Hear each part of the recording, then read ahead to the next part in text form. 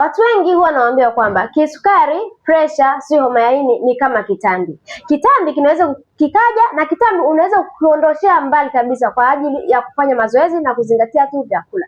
Kama kisukari, pressure, homa ya ini. Haya ni magonjwa ambayo yanakuja, vile vile unaweza kuyaondosha mbali sana na wewe.